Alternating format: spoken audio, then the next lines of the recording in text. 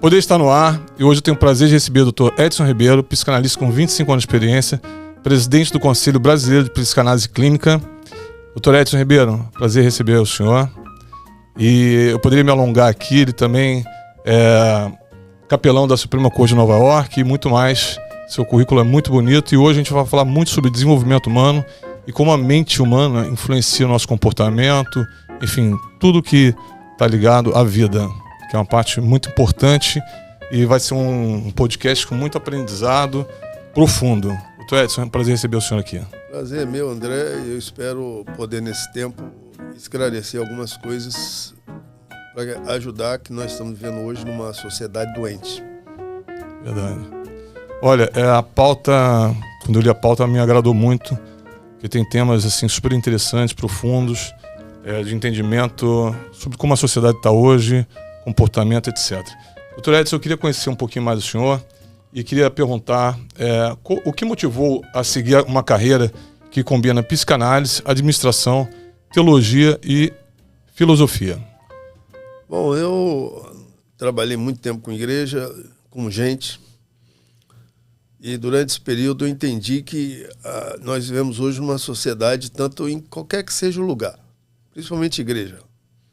Eu achava que igreja era um lugar de santo. Hoje eu sei que é um hospital, é lugar de gente doente.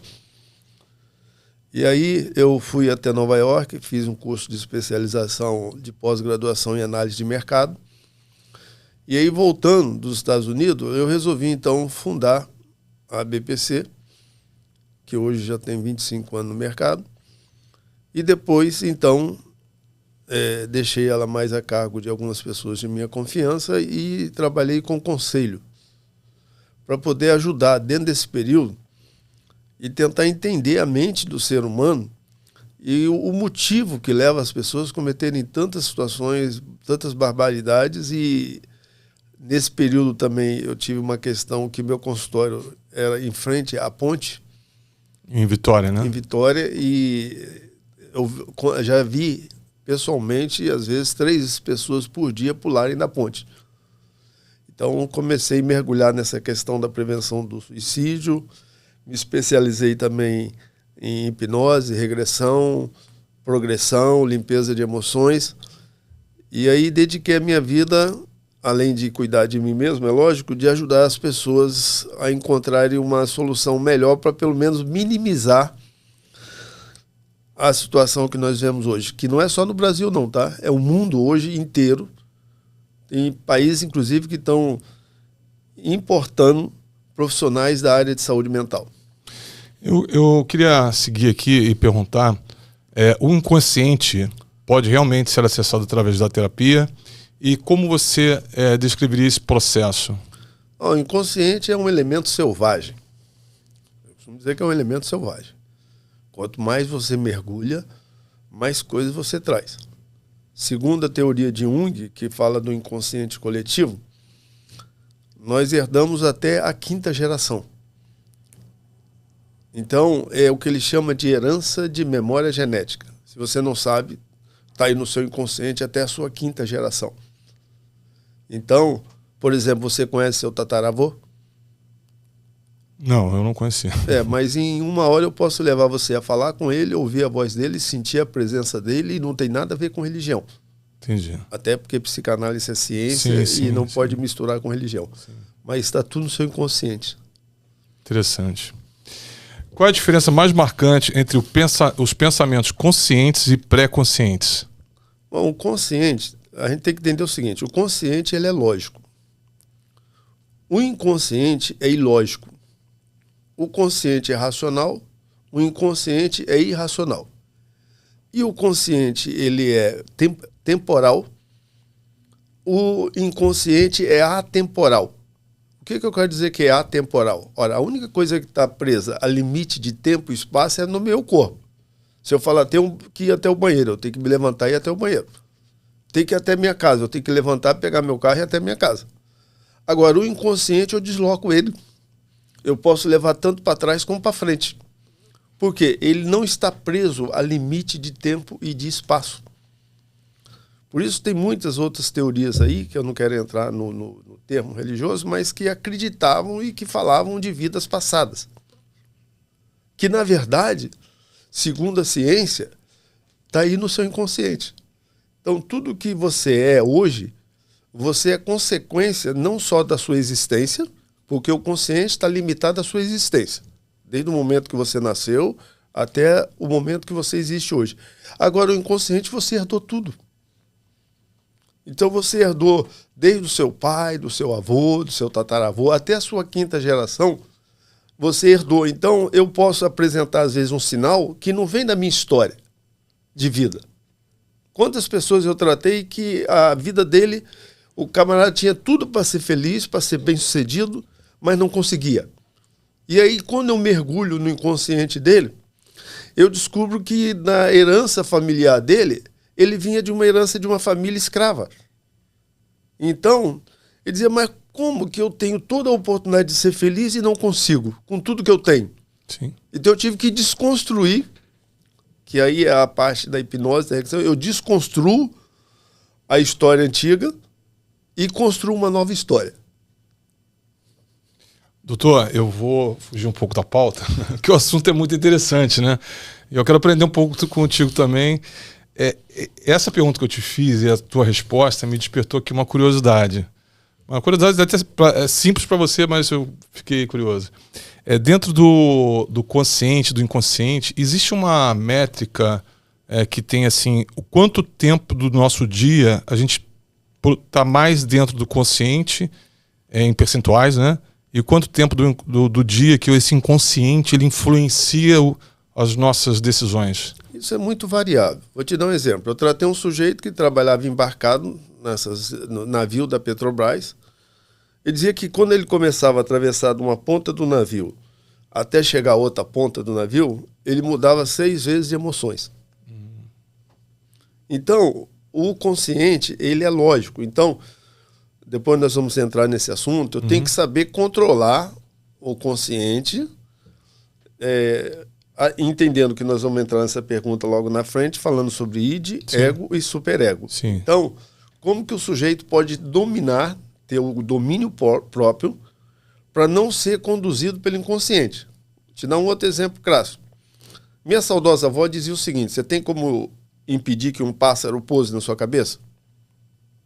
Você tem como impedir? Não, não tem. Mas você tem como impedir que ele faça ninho?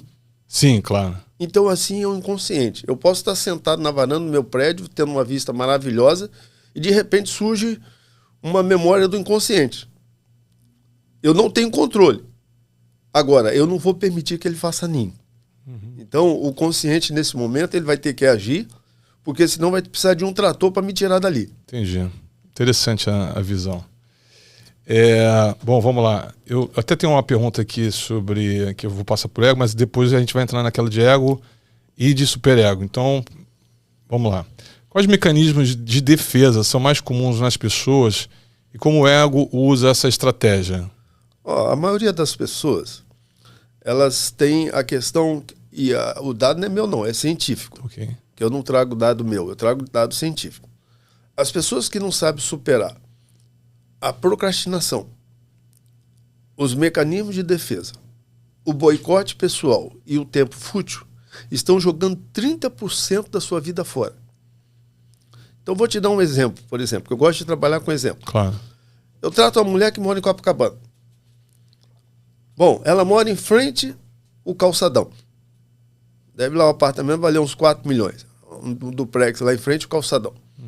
Aí eu digo, olha, às vezes eu gosto de ir no calçadão, gosto de caminhar no calçadão, gosto de caminhar na areia da praia, que faz um bem tremendo, caminhar descalço na areia da praia. Sim. Gosto de nadar um pouco e depois voltar para casa. Vai gente de vários estados, de vários países, que paga hotel, paga avião, paga Uber, paga deslocamento, só para fazer isso. Qual o motivo que você deixa de apertar o dedinho do seu elevador, descer até o calçadão, dá uma volta no calçadão, anda descalço na areia, toma um banho de mar e depois volta para o apartamento? Aí ela começa, não, doutor, amanhã eu vou. Eu digo assim, como assim amanhã? Ah, porque hoje eu não tenho tempo. Aí começa o mecanismo de defesa. Peraí, você não tem tempo de apertar o dedinho do elevador, descer até o calçadão? Não, mas o senhor pode ter certeza que amanhã eu vou. Como a análise pessoal é uma vez por semana, chega na semana seguinte, eu digo, e aí, você foi no calçadão, como você me prometeu? Ah, não, doutor, porque no dia seguinte a minha empregada veio trabalhar. Eu falei, ué, mas seu esposo não estava dentro de casa? Cada dia ela arruma uma desculpa. Então, os mecanismos de defesa são as desculpas que as pessoas encontram para procrastinar. Por exemplo, a pessoa sabe que precisa malhar. Eu moro num condomínio que tem tudo que você puder sonhar.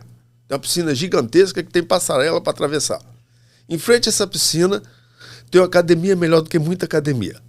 Depois dessa academia tem uma outra piscina para hidroginástica. Mas tem campo de futebol, tem área de esporte, tem restaurante, tem tudo que você quiser sonhar. Tem cinema, tem salão de beleza, tem farmácia, tem tudo que você quiser. Mas você sabe que tem gente que não desce para nadar na piscina? Estão o dia todo presos dentro do apartamento, atrás de uma mídia, que às vezes nem sempre é verdade, atrás de um notebook, de um WhatsApp. Eu, às vezes, até quando nado na piscina, eu digo, poxa, que luxo, fizeram uma piscina só para mim. É verdade. Então, as pessoas, elas arrumam desculpa o tempo todo para deixar de fazer aquilo que elas sabem. Falam, vem cá, você não sabe que precisa malhar? Eu tenho 64 anos, vou fazer 65. Estou aqui, não tenho uma gordura localizada. Eu trabalho, eu malho, eu nado. Se eu chegar em casa, por exemplo, cansado e ligar na Netflix, eu não desço. Então eu já chego colocando a roupa da academia, porque senão o meu cérebro ele vai me boicotar. Vai te boicotar. Ele vai arrumar uma desculpa para não fazer aquilo que eu sei que eu preciso, porque eu tenho que cuidar do meu corpo. Então os mecanismos de defesa são as desculpas que as pessoas usam o tempo inteiro para se boicotar. Só um outro exemplo clássico. Outro dia eu estava descendo para almoçar, que quando eu quero almoçar, eu pego o elevador e desço e almoço no restaurante do condomínio. Eu estava com um coitado de um rapaz suado, com a marmita na mão, dizendo que a mulher estava xingando ele porque estava demorando o almoço e ela estava passando mal. Eu falei, ué, ela não sabe descer e comer aqui no restaurante, não? Então, o mecanismo de defesa são todas as desculpas que poderiam ser as mais variadas possíveis, que o cérebro que boicota, ou se você deixar e você não tiver controle, o cérebro te boicota, para você não fazer aquilo que você tem que fazer. É verdade. Doutor Edson, eu vou passar para a próxima pergunta e eu vou fazer só um comentário em cima do que o senhor falou. É muito interessante o que o doutor Edson falou e assim, muitas vezes eu passo pela praia e vejo prédios que pessoas trabalham uma vida inteira para comprar um apartamento de frente para o mar, caríssimos. E você vê a maioria dos apartamentos, não tem ninguém na varanda, não tem ninguém na janela. A maioria das pessoas que moram, às vezes, de frente para o mar não vão nem na praia. E exatamente é um contrassenso, né? Mas tá dentro da tua resposta e foi muito interessante. Eu só completaria uma coisa para você ainda, que é muito interessante. Platão fala sobre o mito da caverna. Se a gente tiver oportunidade, nós vamos falar sobre isso. E eu digo que se Platão tivesse vivo hoje, ele nunca encontraria tantas pessoas presas nas suas cavernas como existem hoje. É verdade. Boa análise. Vamos lá. A transferência e a contra-transferência são comuns nas sessões de terapia? Se sim, como você lida com esses fenômenos? Bom, a transferência ela é normal. O que é a transferência e a contra-transferência? Se não rolar a transferência, nem rola o processo analítico. Tá? Então, a transferência é absolutamente normal. Agora, na transferência, você pode lidar com dois tipos de sentimento. Ou ódio ou paixão. Tá? A paixão surge quando?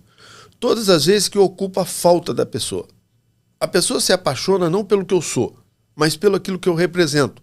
Toda vez que ela olhar para mim e dizer, poxa, esse é o homem que eu queria ter e não tem, ou é o pai que eu queria ter e não tem, é o amigo, é o filho, é o irmão, é a mãe. Todas as vezes que eu ocupo a falta, vai rolar a paixão. E aí, o paciente não entende isso. Quantas vezes eu atendi mulher no consultório sem calcinha, sem sutiã, mostrando o mamilo, o peito, ela já sai de casa pronta para te seduzir. Mas, como eu entendo o que está acontecendo, que é um processo natural, eu digo, depois nós vamos até rir disso, mas isso vai passar. Porque é natural que aconteça. Agora, o ódio ocorre quando? O ódio ocorre todas as vezes que eu desnudo a pessoa. Se você não sabe, nenhum homem gosta de ser desnudado. Tanto que desde o primeiro homem, quando percebeu a sua nudez, a primeira coisa que ele fez foi correr para trás de um arbusto. Então, o ser humano nenhum gosta de ser desnudado. Quantas vezes a mulher vem mostrando na história como se ela fosse a mocinha e eu faço ela ver que é a bandida? Você acha que ela gosta? Não, com certeza Ou quantas vezes o homem vem dizendo que é o mocinho e eu faço ele ver que é o bandido? Inclusive, na vida, você sempre aprendeu que tem quantos lados? 2 lados. Você está errado. Na verdade, não existe 2, existe 3. Porque às vezes os 2 estão mentindo. É verdade. Então, eu tenho que ver quem está mentindo mesmo e ir em busca da verdade. É isso aí. Basta você ir numa audiência hoje que o juiz tem que saber quem está mentindo menos. Porque cada um quer puxar brasa para sua sardinha. A transferência seria quando o paciente ele tem que... aliás, na psicanálise você tem que entender, receber aquelas questões, como você comentou, do tipo de veste que a pessoa vai, o que ela está te transferindo, e a contra-transferência é quando você começa a ajustar o teu paciente, é isso? Seria isso? Só te explicando também. Na transferência, para poder ficar isso claro, eu tenho que enquadrar o paciente. Tá. Eu já tive mulher de chegar para mim e dizer, vem cá, o senhor é broxa ou o senhor é viado? Eu digo, olha, eu sou homem e gosto de mulher com força. Mas o consultório para mim é um santuário. Se você me respeitar, eu prossigo. Se não respeitar, eu vou ter que suspender o processo da análise. Por isso, no consultório analítico, o analista ele é pedra. Ele nem toca no paciente. Do jeito que eu estou sentado, eu só sinalizo. Pode sentar e recolher a mão. Eu nem estendo a mão. Você tem que ser frio. Agora, no ódio, né, a pessoa vai, às vezes, começar a chegar atrasado, vai faltar sessão, às vezes some até por um determinado tempo. Depois volta fazendo biquinho. Doutor, eu sumi, o senhor nem me procurou. E diz, nem te procuraria.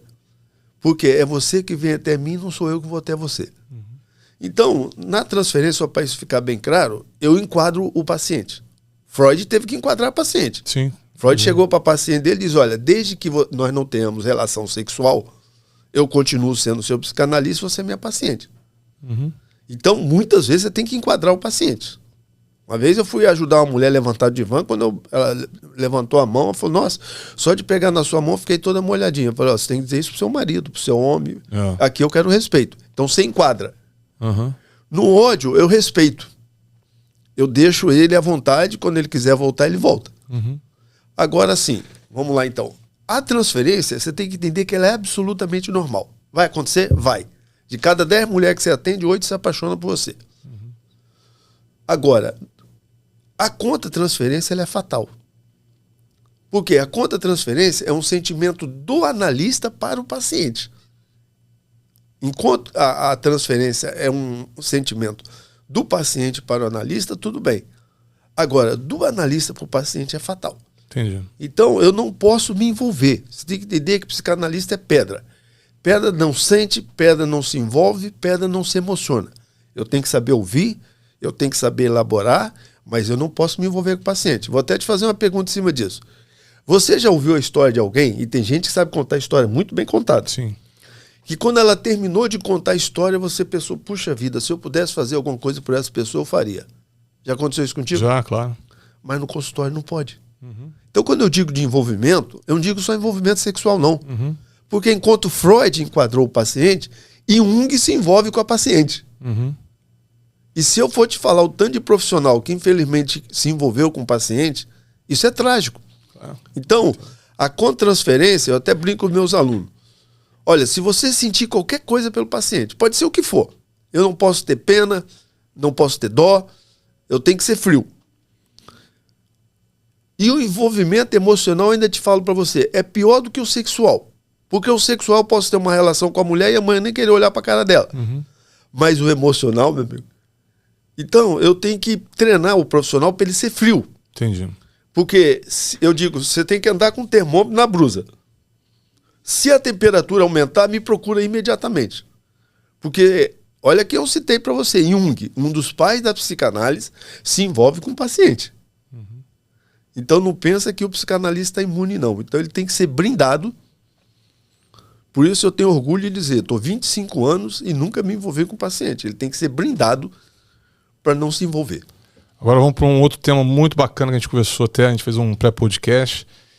E, na sua visão, por que os sonhos são uma janela tão poderosa para o inconsciente? Porque o sonho, tanto Jung, Freud, Lacan e tantos outros profissionais, trabalha com interpretação de sonhos.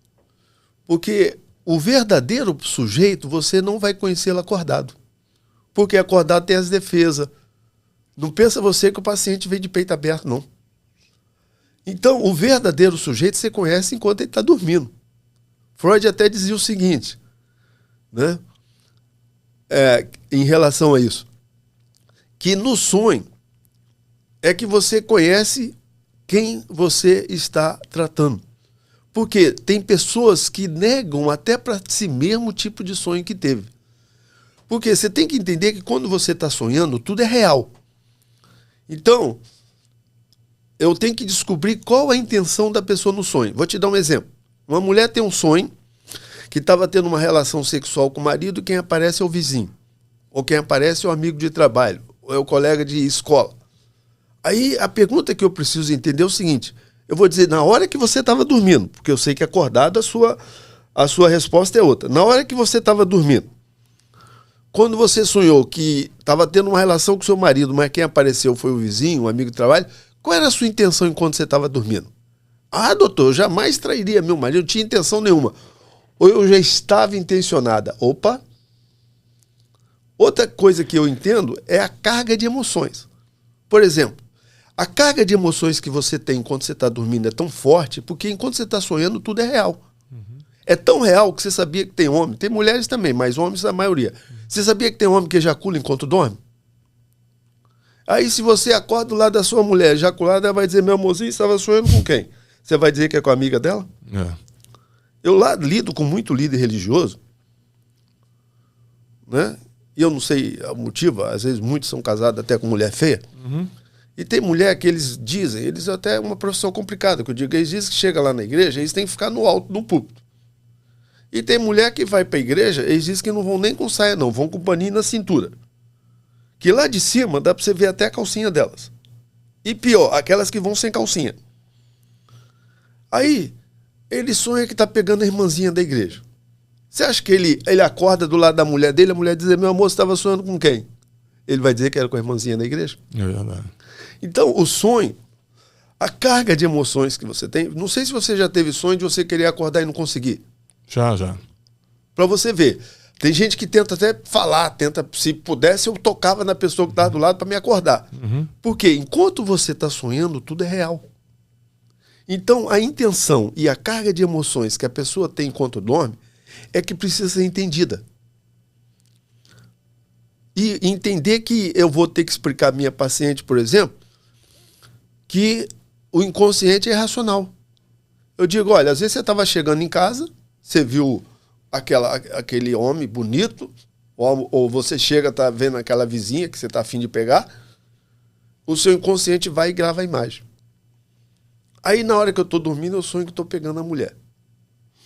Então, eu vou dizer, se eu não entender que o meu inconsciente é irracional, e ele que manda as imagens, eu posso até começar a querer dar mole para a vizinha. Ou a mulher pode querer dar mole para o outro. Eu vou dizer, olha, você tem que seguir o seu consciente. E não o inconsciente. Porque senão daqui a pouco você vai achar que está afim da pessoa. Entendi. Bom, vamos para a próxima, que também é bem bacana. Como você define o equilíbrio entre ego, id e superego na construção do sujeito? Na constituição do sujeito. Né? Isso.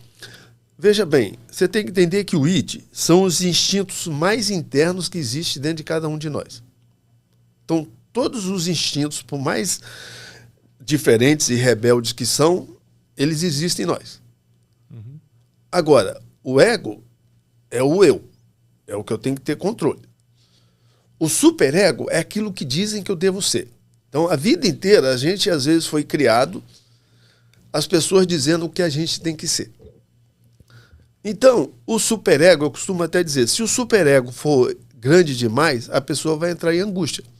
Porque ela vai dizer, caramba, eu não sou isso que deveria ser. Então, o superego é um quadro comportamental.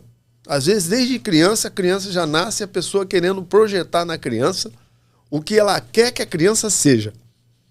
E muitas vezes os pais erram nisso. Sim. Eu já vi muito pai trazer o filho para mim, eu deixo o filho, trato o pai, o filho sara. Por quê? Ele quer projetar. A religião também, às vezes, erra muito nisso. Ela quer projetar isso na mente da pessoa.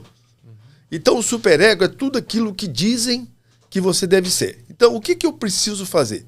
Ora, se eu tenho meus instintos internos como homem, e eles vão ser despertados, é lógico, é natural, o ego tem que dizer, peraí, o ego tem que ter o controle. Se eu ver uma mulher que é casada, eu posso até sentir alguma coisa e ver e achar bonito, é natural. São meus instintos internos. Mas o ego vai dizer, olha, é uma mulher casada, você tem que ter respeito. Você entendeu? E eu tenho que ter respeito pela mulher. Já o superego vai dizer, vai começar a trazer um monte de culpa por causa do comportamento. Olha, você é cristão, olha isso. Vai começar a trazer o julgamento. E o id? E o id são o meu desejo, que eu não tenho como negar. Entendi. São os instintos internos. Eu tenho a vontade, eu tenho o prazer. Eu digo, inclusive, que um dos maiores mal do ser humano hoje é o hedonismo, que é o culto ao prazer, que é fruto dos instintos primitivos. Você sabia que hoje o culto ao prazer é um problema muito sério?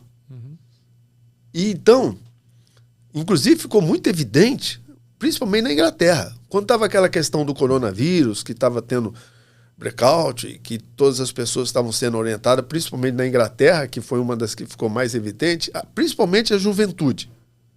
A juventude, não querendo abrir mão das raves, das boates, dos bares, começaram a fazer pressão no governo para que pudesse liberar e esqueceram daquilo que é mais importante, que é a existência.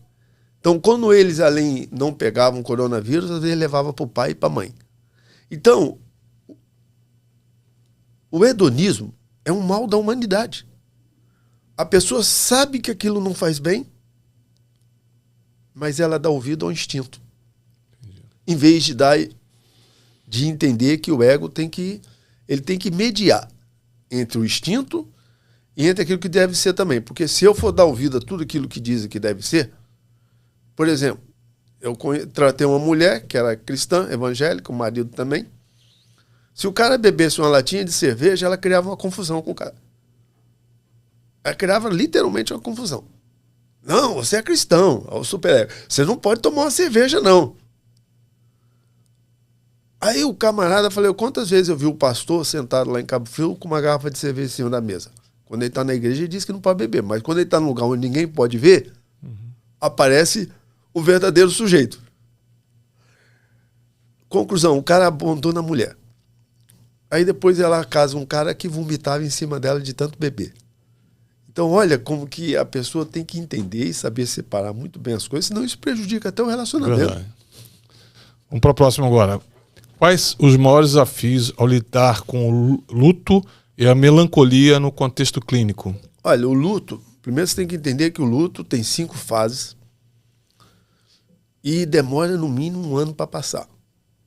Tá? Então, eu tenho que trabalhar cada uma dessas fases. Primeiro tem a fase da negação. A pessoa não quer entender o que aconteceu, quer negar. Entendeu? Depois tem a fase da substituição, que também tem que saber atravessar. Às vezes a pessoa perde um ente querido, muda de casa, ou muda tudo que tem dentro de casa para tentar evitar as lembranças. Depois existe a questão de algumas pessoas, por não saber lidar, aí pode vir a depressão. Depois vem a questão da aceitação. E aí vem o processo da cura. Então, o psicanalista tem que entender, e hoje, infelizmente, nós estamos vivendo num mundo enlutado. Porque se você fosse pensar só no coronavírus, imagina no resto das doenças. Né? Pessoas que morrem de coração, que morrem de diabetes, que morrem de pressão alta. Mas se eu fosse pensar só no coronavírus, mais de 700 mil pessoas morreram. E outra, segundo a ciência, de cada uma pessoa que morre, afeta 10 membros da família. Então eu estou falando de mais de 7 milhões de pessoas. Mas e as outras doenças? E as tragédias? Por exemplo, centenas de cidades no Brasil foram atingidas. Sim. Só em Petrópolis, 300 pessoas morreram soterradas. Mas centenas de cidades foram atingidas pela chuva.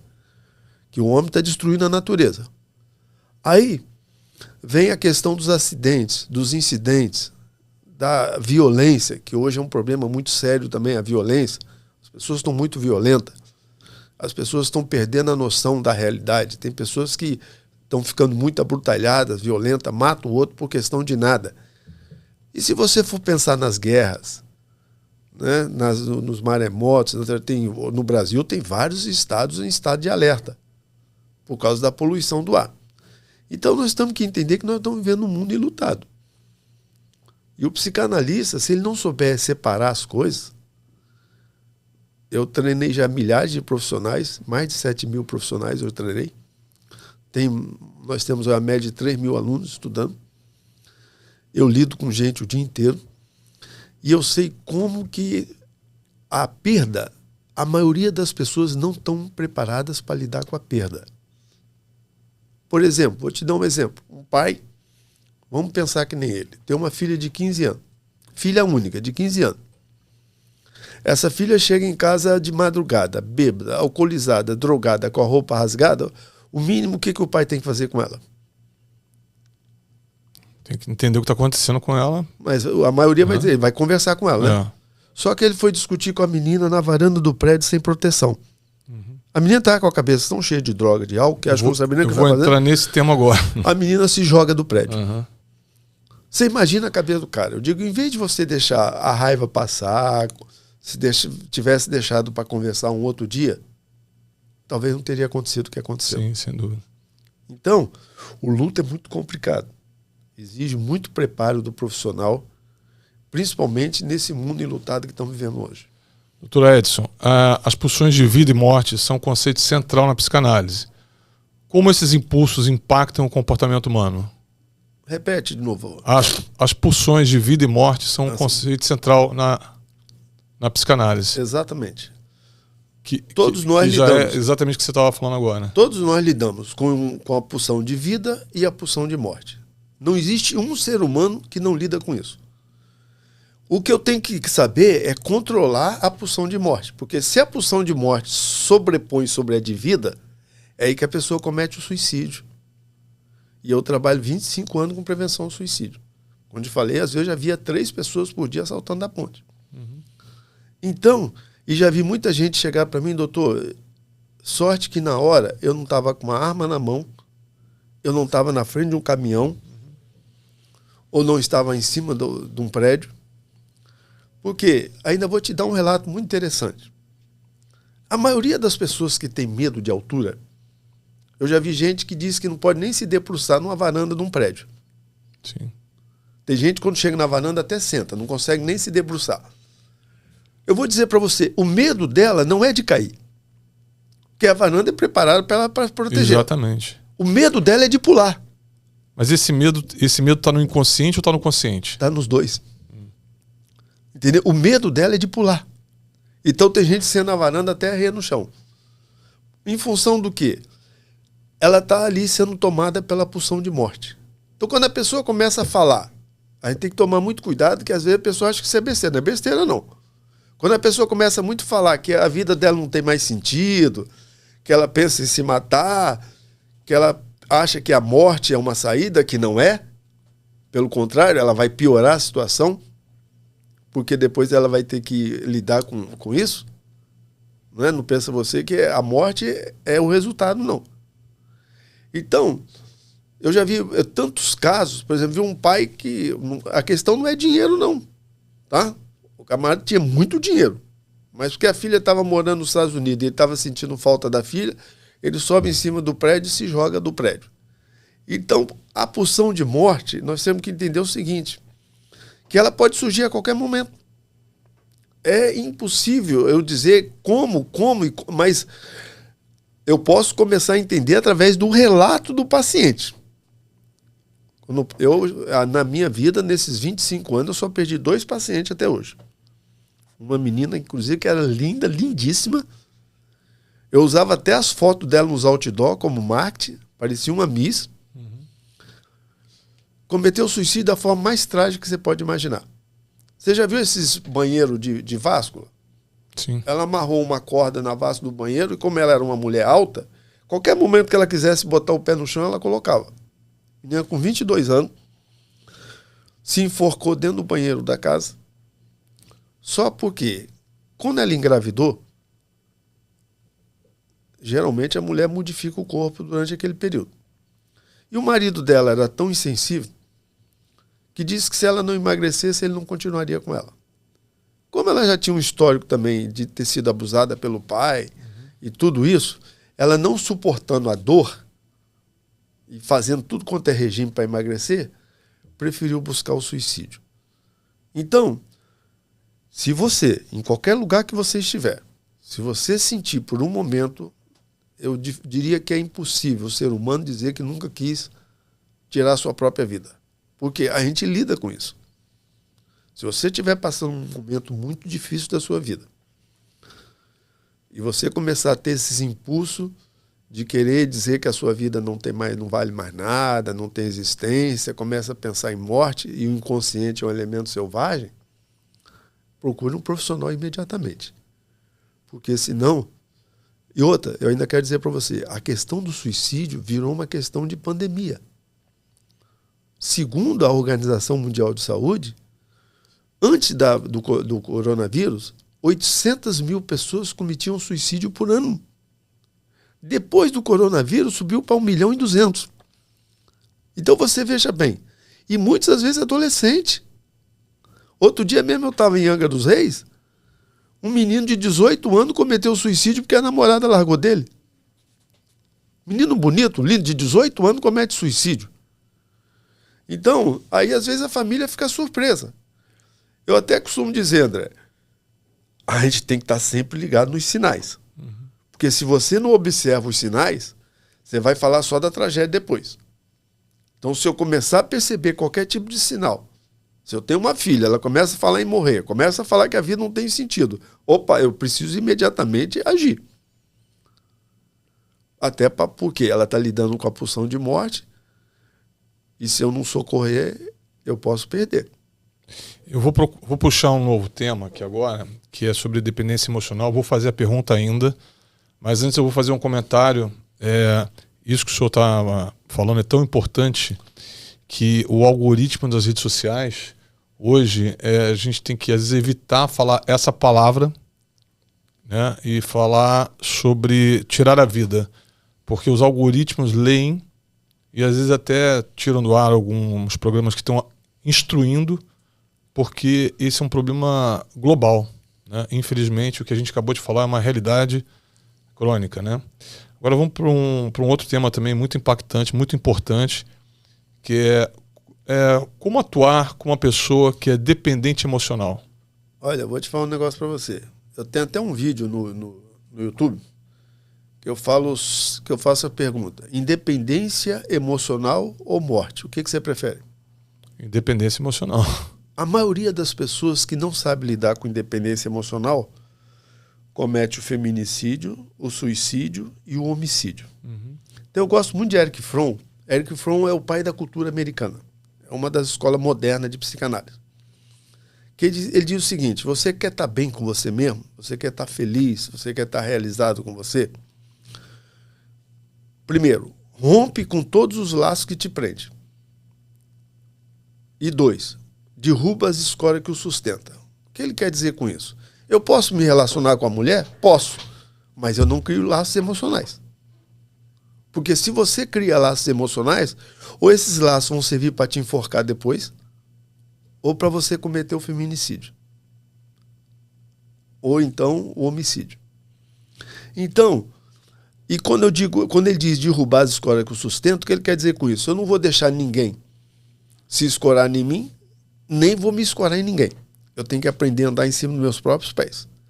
Então, a questão da dependência emocional é complicada. Por exemplo, eu trato mãe que tem filho de 40 anos, que ela tem que pagar o aluguel do cara, ela tem que pagar o condomínio, ela tem que alimentar ele e a mulher dele, que não trabalha, porque ela entra naquele raio da dependência emocional. E a dependência, vou até te fazer uma pergunta que vai responder um pouco disso. Vamos lá. Se você tivesse uma dívida, por exemplo, vamos supor que você tivesse uma dívida, e você tivesse com pessoas te pressionando, quem que você procuraria? Eu procuraria, primeiro, conversar com as pessoas, mas a primeira coisa que tem que procurar é a sua paz interior, porque se você não tiver em paz, primeiro que você não negocia nada fora do seu eixo, né? Mas você procuraria quem para te ajudar? Normalmente eu resolvo minhas coisas sozinho. Exatamente. Agora, tem muita mãe que o cara vai lá, faz dívida com droga, com isso, com aquilo outro. E eu digo, olha, não é você pagando a dívida da pessoa que você resolve o problema. Que a maioria responderia, ou vai procurar o pai, ou vai procurar a mãe, ou vai procurar a mulher. Ele vai procurar alguém que ele acha que depende emocionalmente dele. Ah, sim. Entendi. Então, por exemplo, essa mãe, ela diria, mas ele está devendo traficante. Ele está devendo traficante, se você pagar uma vez, ele vai fazer de novo. De novo, claro. Se você pagar a segunda, ele vai fazer a terceira, porque ele acha e vai empurrar cada vez mais pro buraco. Que ele acha que... Eu conheço um cara de 40 anos que eu te falando que o pai paga até a pensão dos filhos. Paga carro, ainda paga apartamento, ainda dá dinheiro pro cara usar droga. Porque o pai é tão dependente. Mas pelo amor de Deus, se o traficante fizer alguma coisa com ele. Ele fala, meu amigo, tem muitos filhos hoje, eu vou te falar de 40 anos, que o pai tem que pagar até a pensão dos filhos, que ele não tem dinheiro nem para... Porque o cara não trabalha. Porque ele acha que o pai depende emocionalmente dele e vai ficar cobrindo todos os buracos que ele está fazendo. Então eu digo, olha, se você não tiver a coragem de dizer, olha, meu filho, eu confio em você. Assim como você foi homem para fazer a dívida, você tem que ser homem para pagar. Então procura negociar a sua dívida, vai arrumar um trabalho, vai arrumar uma forma, porque senão você vai carregar esse sujeito a vida inteira. E eu vou dizer, tem muitos pais que eu digo, ó, se você morrer hoje, teu filho morre no dia seguinte. Porque tem uma dependência emocional tão grande, e às vezes dos dois, né? Ambos lados. E mulher, quantas mulheres eu vejo e os problemas enfrentados diretamente, fugindo da dependência emocional, quando ele tem a independência emocional que o senhor estava falando, é a hora que a criatividade aumenta, que o poder de decisão aumenta, porque ele tem que resolver por ele mesmo. E aí, como o senhor estava falando, isso é a independência emocional que o senhor puxou aí. E quando tem a dependência, o cara é menos criativo, menos capaz de achar soluções, e a vida passa a ser um problema para o dependente e para quem ajuda o dependente. E às vezes comete besteira. Por exemplo, eu peguei um capitão da Polícia Militar, o cara é capitão da Polícia Militar, a mulher era mais bem sucedida do que ele, só do cartão de crédito, fora as coisas que ela ajudava, ele gastava 20 mil por mês. Quando a mulher resolveu largar dele, ele foi lá e matou a mulher. Uhum. Porque ele acha que dependia financeiramente sendo capitão da polícia. Entendeu? Entendi. Vamos lá. A autoconsciência é algo que pode ser desenvolvido, e que práticas você recomendaria para isso? Olha, eu tenho que trabalhar a questão da estrutura psíquica do paciente. Eu costumo dizer, análise não é blá blá blá. Análise é quase que um ato cirúrgico.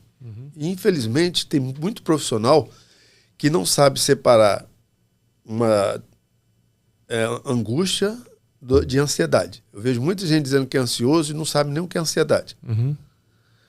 Então, já vi muito profissional não saber separar uma depressão psicológica de uma depressão patológica. E você tem que entender que o ser humano, né, e o erro da medicina moderna hoje de muitos, às vezes, embora tenha alguns que estão avançando, é tratar você como se fosse corpo. Então, por exemplo, se você chegar no consultório de um psiquiatra e dizer que está tendo sudorese, que é suor nas mãos, o que ele vai dizer para você? Não sei. Ele vai prescrever uma medicação para ansiedade. Ele vai dizer, você está ansioso, a ansiedade gera sudorese. Ele nem faz um exame seu, que eu acho que é um erro, ele nem faz um exame, não faz nada. Não, você está com ansiedade. Aí passa um alprazolam, começa a passar um clonazepam, um remédio para ansiedade. Quando, na verdade, você sabia que o gases gera a mesma situação? Não sabia. Então, tem muitas pessoas que você tem que entender que, às vezes, por exemplo, você come feijão? De vez em quando, mas como assim? Mas qualquer pessoa que cozinha em casa sabe que o feijão você tem que deixar de molho de um dia para o outro. Sim, de preferência. Por quê? Tanto que no segundo dia você tira aquele monte de gás, aquele monte de... Agora, você acha que restaurante faz isso? Eles têm então, às vezes a pessoa come uma comida, estou dando um exemplo, tem eles alimentos que produzem gás. Aí a pessoa começa a suar as mãos, começa a ter sudorese. Às vezes já vi até pessoas chegar no hospital, porque dá até a sensação de infarto. Achar que está tendo um infarto, você passa um Lufital, a coisa passa. Uhum. Então, mas às vezes o camarada nem fez um exame, é mais prático mandar você tomar um remédio para ansiedade. Aí daqui a pouco você está refém. Entendi. É. Porque o sujeito, se você vai no psiquiatra e diz que está algumas noites sem dormir, eu digo, sabe o que é pior do que a doença? São as crenças que a pessoa constrói. Que aí a pessoa toma a primeira noite e diz, poxa, eu dormi bem pra caramba. Aí chega na segunda noite e diz, bom, se eu dormir bem na primeira, eu vou tomar na segunda. Chega na terceira noite e fala, bom, se eu dormir bem na primeira, dormir bem na segunda, dormir bem na terceira, eu vou tomar novamente. Daqui a pouco ele está refém da medicação. Que ele só acha que vai dormir bem se tomar o Alprazolam, qualquer coisa. Doutor, tem mais 2 perguntas aqui, depois nós vamos entrar numa sessão chamada Dinâmicas do Poder, tá? Então, como você utiliza a filosofia em suas práticas de psicanalíticas? Que a filosofia é a forma de vida, a existência de vida. A filosofia, para mim, é até a base de tudo. Né? Se você for pegar desde Platão, de Sócrates e da maioria dos filósofos, é um estilo de vida. E tem até uma pergunta que eu gosto de fazer, que a maioria das pessoas não sabe nem responder. Diga lá. Por exemplo, o que é a vida para você? Essa pergunta a gente conversamos ontem no pré-podcast. Essa pergunta deveria ser simples de responder, né? Mas cada um tem a sua resposta, né? É porque a maioria das pessoas não sabe nem responder. Então a filosofia vai ajudar, lógico que com a compreensão da psicanálise, o que a pessoa pode trabalhar. Por exemplo, vou usar uma frase muito conhecida de Confúcio. Sim. Confúcio diz o seguinte, a maioria dos homens perde a saúde em busca do dinheiro, depois vão perder o dinheiro tentando recuperar a saúde. 2, a maioria dos homens estão tão preocupados com o futuro que se esquece do presente. E acaba não vivendo nem o presente, muito menos o futuro. Homens no sentido genérico, tanto homem como mulher. Sim, claro. E outra, a maioria vive como se nunca fosse morrer e morre como se nunca tivesse vivido. Então, numa conversa hipotética com Confúcio, falei, Confúcio, eu quero ganhar dinheiro sim, mas eu quero manter minha saúde. 2, eu penso no futuro sim, que eu tenho projetos, eu tenho ideais, eu tenho metas, mas eu gosto de viver o presente. E terceiro, se eu tenho uma coisa que eu tenho certeza absoluta, que todos nós somos finitos. Porque por mais que a ciência tenha evoluído, a tecnologia tenha evoluído, as vacinas tenham evoluído, vai um vírusinho quase invisível de você e você acabou. Então, finito todos nós somos. Então eu digo para ele, então, enquanto eu estiver vivo, é lógico que com responsabilidade, eu quero viver da melhor maneira possível. E se você perceber, a vida muitas vezes é um incógnita. Porque eu já vi muita gente trabalhar a vida inteira, dizendo, eu tenho que trabalhar para ter uma aposentadoria melhor, para ter uma condição melhor de vida. Conheci um sujeito, por exemplo, de uma padaria, o cara acordava 4 horas da manhã, não, porque eu tenho que trabalhar para fazer isso, fazer aquilo, outro. Eu dizia, olha, quando você ficar mais velho, você vai ter a mesma saúde que você tem hoje? Quando você ficar mais velho, você vai ter o mesmo prazer que você tem hoje? Você vai ter o mesmo apetite? Então você vai curtir o quê? Então você tem que entender que eu costumo dizer, a vida não é só trabalho, não. E uma coisa fundamental é você entender que a maioria das pessoas não entende isso. O dinheiro, eu não posso ser escravo do dinheiro. É o dinheiro que me serve e não eu que sirvo o dinheiro. Sim. Mas a maioria das pessoas querem juntar. Então, só para dizer, esse sujeito, um dia indo de carro para poder visitar a família, bateu de freio num ônibus, morreu ele e o filho dentro do carro, carbonizado, e quando eu fui no enterro só tinha a cinza dele. Falei, você aproveitou o quê?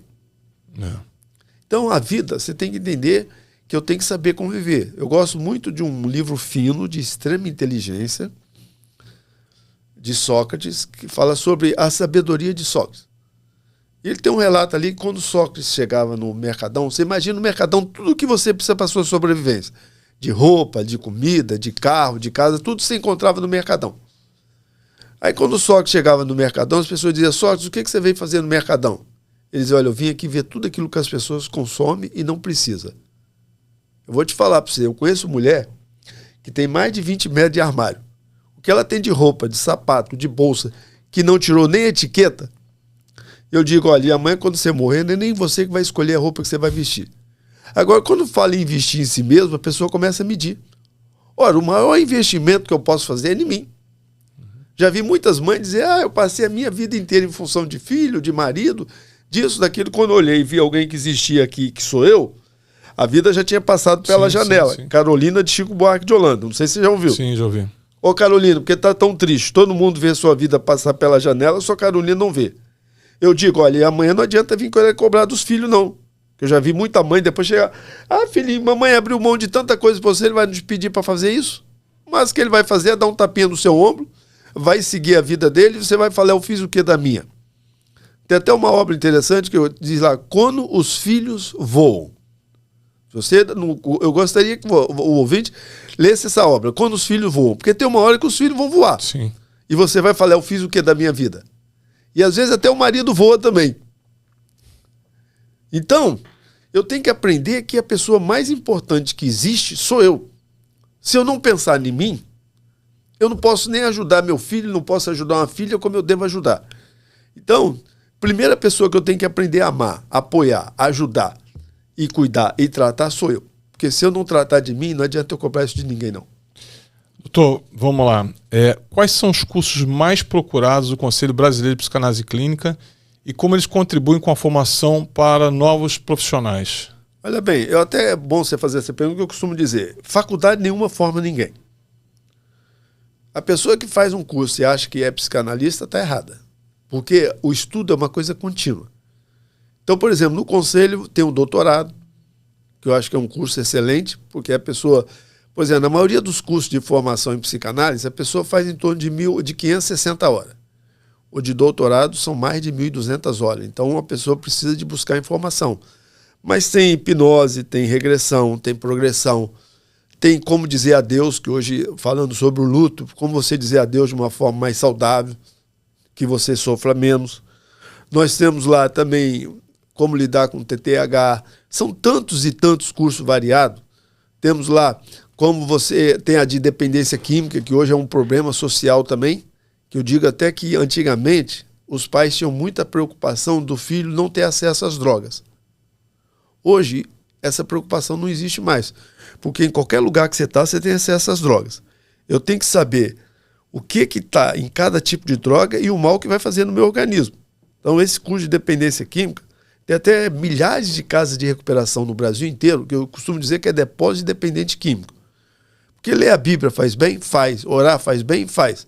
Mas se eu pego um dependente químico, eu tenho que saber o tipo de droga que ele usa, eu tenho que saber qual o produto à base de fitoterapia para fazer uma limpeza, uma desintoxicação, para então sim, porque a maioria dessas pessoas que vivem nessas casas de recuperação, você pode perguntar, eu já vi gente que foi internado 10 vezes, porque ele sai dali 3 meses e está usando droga de novo.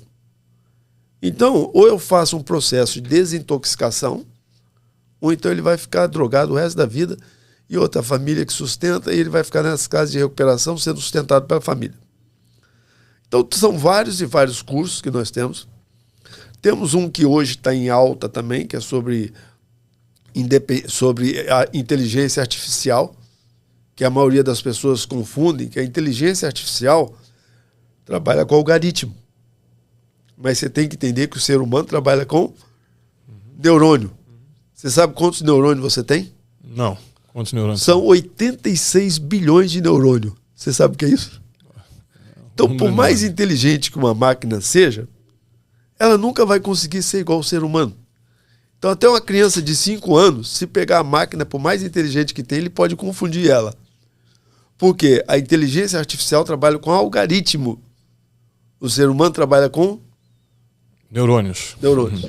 Doutor, agora nós vamos para dinâmicas do poder, e são algumas perguntas aqui que o senhor vai ter 40 segundos para responder, tá? Então, um ping-pong. Vamos lá. Qual a maior lição que aprendeu em seus 25 anos de prática psicanalítica? São tantas, mas eu diria que a melhor de todas é eu entender eu mesmo. Esse é o maior desafio do ser humano. Se auto-entender, né? Vamos para a próxima. Qual é a definição mais simples de inteligência emocional? Inteligência emocional. Veja bem, é complexo porque, como eu falei que o ser humano trabalha com neurônio, Você sabia que a maioria não usa 10% da sua capacidade? Então, a inteligência emocional tem que ser uma coisa contínua. E, inclusive, é o que traz equilíbrio para o ser humano. Ele saber trabalhar com as suas emoções. Porque, como eu disse, eu posso estar em um momento totalmente variado e, de repente, surgir uma emoção totalmente contra aquilo que eu estou vivendo. Então, eu tenho que ter muita sabedoria para poder controlar as minhas emoções. Por exemplo, outro dia eu estava assistindo a televisão. São 40 segundos, doutor. Tá. Vamos lá. Esse é o nosso quadro de 40 segundos. Okay. Vamos lá. Que livro de psicanálise você recomendaria para iniciantes? Eu diria Interpretação de Sonho, tanto de Freud como de Jung. Ou então um livro muito interessante, que é A Doença como Caminho. São 2 médicos alemães que fizeram esse livro, que vai te provar por A mais E que a pessoa não é refém. Ele gera a maioria das suas próprias doenças.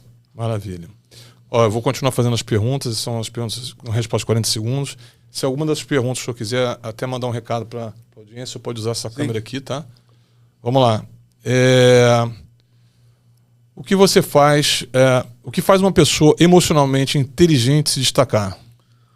Veja bem, ela ter controle da sua estrutura, ela conhecendo a si mesmo, porque eu digo, o conhecer a si mesmo é o segredo de tudo. Sócrates diz, conheça-te a ti mesmo. Então a pessoa, para ter controle, ela tem que conhecer a si mesmo. Muito bom. E o ser humano é tão complexo que isso é uma etapa difícil, né? Olha, eu vou te falar que o nosso tema é tão profundo que responder em 40 segundos é um desafio. Mas vamos seguir lá. Em uma frase, o que é o inconsciente? O inconsciente, como eu já disse, é um elemento selvagem. Quanto mais eu mergulho, mais coisa eu trago. Se eu fosse fazer hipnose com você, então é impossível eu determinar 86 bilhões de neurônios como funciona. Então, se você pega um psicopata, por exemplo, eu tenho que entender o que é a psicopatia. Então, é um trabalho selvagem. Legal. O que é mais desafiador na psicanálise moderna? É entender essa sociedade doente que a gente vive hoje. As pessoas estão tão violentas que... Outro dia o cara estava no shopping, naqueles brinquedinhos de R$2, aquelas maquininhas. Ele estava rindo que ele conseguiu pegar. Eu nunca consegui pegar aquele brinquedinho. Aí foi dar pro filho. O sujeito que estava do lado dele achou que estava rindo dele, foi lá e matou o cara na frente do filho. Então a sociedade hoje está doente. Vamos lá. Qual sugestão você daria para quem quer iniciar na carreira de psicanálise? Primeiro, eu diria o seguinte, ele fazer análise.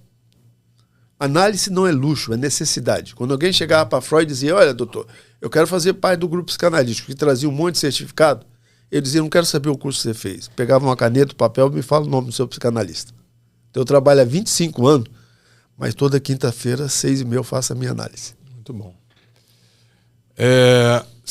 Se pudesse dar apenas uma dica sobre como lidar com o narcisismo, qual seria?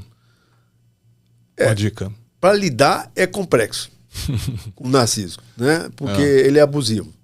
A imagem de narciso é qual? Ele vê a sua imagem no rio e acha que tem que ser adorado. Então o narciso, ele geralmente, se não fosse eu, ele está sempre usando o eu na frente. Se não fosse eu, você não chegava, vou ter que chegar. Se não fosse eu... Então, é complexo de lidar com o narciso, que eu prefiro nem lidar. Tem alguma dica? Porque esse é um tema extremamente difícil. Eu acho que uma dica não existe, né? Eu acho que a dica é o seguinte, se você puder sair fora, você sai. Exatamente. Obrigado pela resposta. Muito bom, essa resposta vai servir para muita gente. Isso dá um corte, hein? Qual foi o maior desafio que você enfrentou como capelão da Suprema Corte de Nova York? Olha bem, eu estava vivendo uma das crises mais complexas dos Estados Unidos, que quando foi Bin Laden derrubou as torres. Eu estava lá. Que eu tinha ido para fazer um curso de especialização e ver milhares de pessoas morrendo. Na época, você imagina uma cidade como Manhattan, todo mundo querer desocupar a cidade ao mesmo tempo. Tinha as pessoas que saíram na rua com a mão na cabeça achando que ia morrer porque havia uma profecia que Manhattan seria soterrada. Então, eu tive que ajudar essas pessoas, muitas, e por isso aí eu tive o reconhecimento da Suprema Corte, que me deu o título de capelão da Suprema Corte de Nova York. E o maior desafio que você teve nessa ocasião foi exatamente a ocasião que você estava lá? De 11 de setembro. Me chocou muito. Eu tive até na época, eu até passei a ter medo de altura. E sabe como eu superei? Quando eu cheguei no Rio, comecei a praticar voo de asa delta. Olha, foi pro desafio, né? Foi. Se desafiou. Muito bom. Se você pudesse resumir a importância da filosofia em uma palavra, se for possível isso, qual seria? Entender o que a filosofia vai te ensinar, que eu vou dizer, o que é a vida. É o melhor entendimento que eu preciso entender. Qual o motivo que eu faço parte desse universo? Bacana. Qual hábito diário mais impacta a saúde mental? Eu acredito o seguinte, é você ocupar sua mente com tudo aquilo que é bom, aquilo que é agradável, aquilo que é de boa fama, tudo aquilo que é produtivo, é você encher. Eu costumo dizer que você tem que ter controle sobre a mente, porque a gente não é só o corpo, a gente tem a carga emocional, a gente tem o racional, que tem que predominar sobre o emocional, senão você fala o que não deve, faz o que não deve, e quem paga é o corpo, e ainda tem o espiritual. Então tem que entender como funciona isso. Agora só faltam duas, vamos lá. Como você treina a sua própria inteligência emocional no dia a dia? Mandando comando pro meu cérebro. Porque eu já te falei, o cérebro te boicota.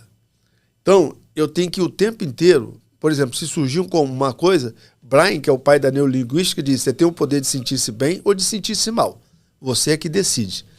Então, se eu sei que uma coisa, surge um pensamento, eu sei que vai me fazer mal, eu tenho que abastecer de coisa boa. Doutor, nosso programa chama-se O Poder.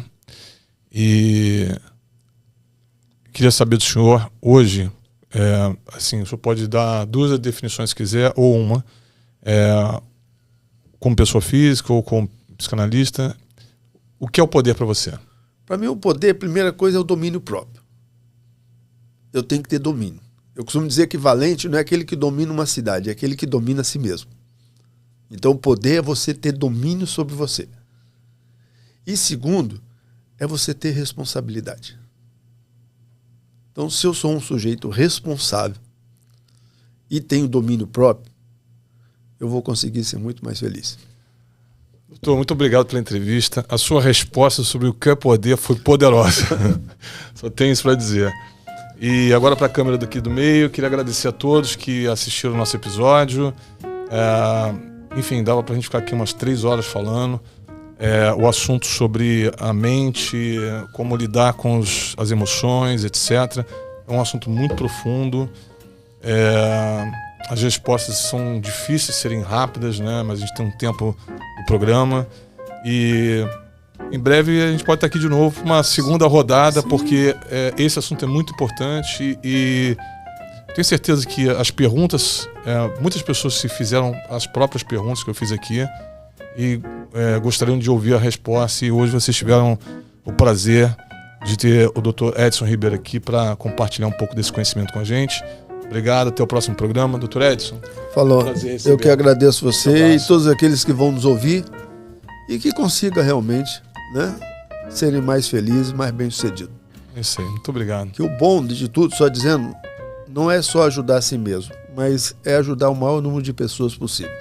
Amém. Essa é uma grande verdade. Obrigado, Dr. Edson. Grande abraço a todos. Até o próximo episódio.